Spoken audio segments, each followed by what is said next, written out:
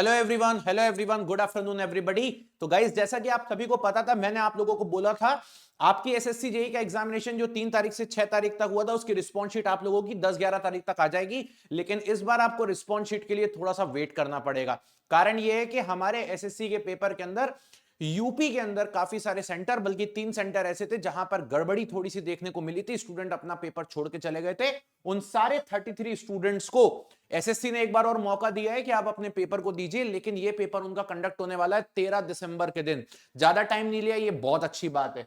तो आपको बताया गया, अभ्यर्थियों ने गड़बड़ी का आरोप लगा छोड़ दी थी परीक्षा। अब कर्मचारी चयन आयोग 13 दिसंबर को कराएगा एग्जाम। बैठक में हो गया है निर्णय।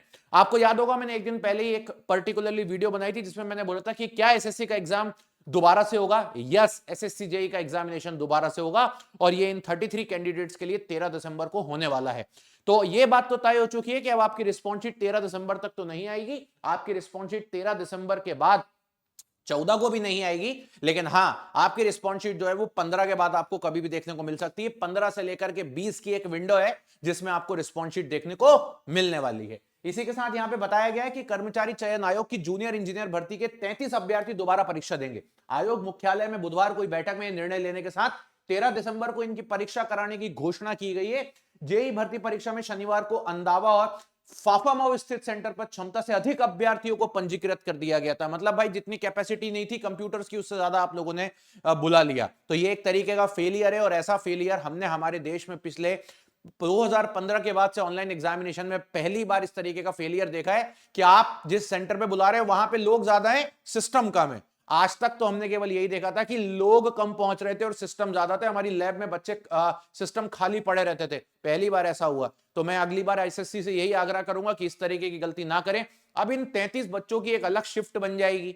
आप समझिए बात को। अब एसएससी इन 33 बच्चों को कौन सी शिफ्ट में काउंट करेगा? क्या ये 33 स्टूडेंट जो हैं वो 6 दिसंबर की शिफ्ट में काउंट होंगे, या फिर इनकी एक अलग शिफ्ट बना दी जाएगी? क्योंकि पेपर तो इनका अलग ही है। और इस चक्कर में क्या होगा, नॉर्मलाइजेशन का एक बहुत बड़ा फेरबदल होता है, क्योंकि ये एवरेजिंग स्टूडेंट्स की निकाली जाती है। तो मेरा ऐसा मानना है कि इन सभी स्टूडेंट्स को 6 तारीख वाली ही शिफ्ट के अंदर रखा जाए। वरना अगर ये एक अलग से शिफ्ट क्रिएट हो गई नॉर्मलाइजेशन के पर्सपेक्टिव से, तो वहां पर एक ऊंच नीच हो सकती है। या तो इन बच्चों को बहुत ज्यादा फायदा मिल जाएगा, या तो हो सकता है बहुत कम भी मिले, depending upon the situation of paper और आपका अटेम्प्ट कैसा रहता है, किस तरीके की रहती है। बहुत सारी चीजें मैटर करती हैं।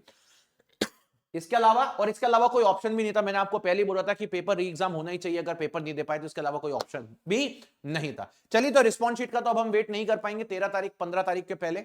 और मुझे लगता है कि 14 तारीख को संडे पड़ेगा आपका शायद। तो अब तो 15 तारीख के बाद ही रिस्पॉन्स शीट जाएगी। तो मिलेंगे गाइस इसी तरीके से। So thank you so much, bye bye, take care and love you everybody.